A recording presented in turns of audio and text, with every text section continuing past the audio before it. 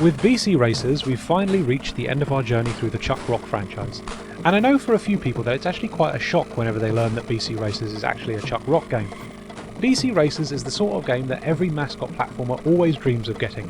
A kart racer spin-off! But does BC Racers manage to reach the lofty heights of games like Super Mario Kart? Well, no, but you already guessed that. BC Racers only released on the Mega CD and 32X, with the 32X port being bizarrely exclusive to the US.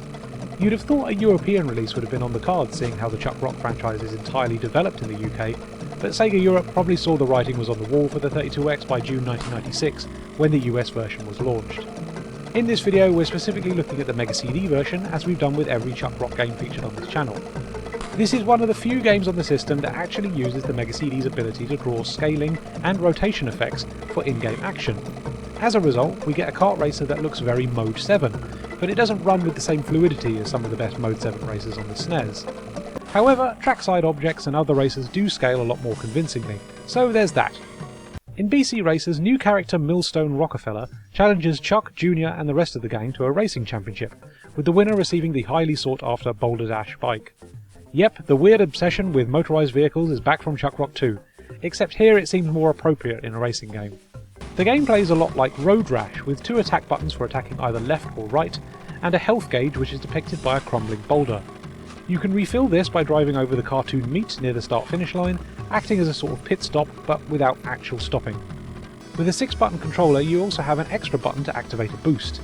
You earn another boost every lap, and they're best used sparingly to get through the pack and maintain your lead into the finish.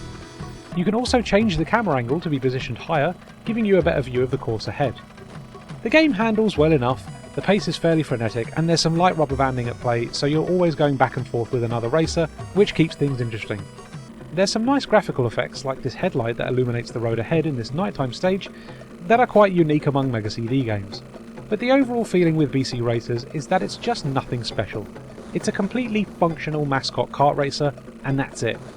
The soundtrack is absolutely dire as well, with every track basically just being a variant of "here's some tribal drums to make this sound like caveman times." But what I find the most egregious is the name. Why isn't this just called Chuck Rock Racer? Why not capitalise on the franchise name? Apparently the working titles for BC Racers were Chuck Racer and Chuck Rally Rocky Racers, both infinitely better titles than BC Racers.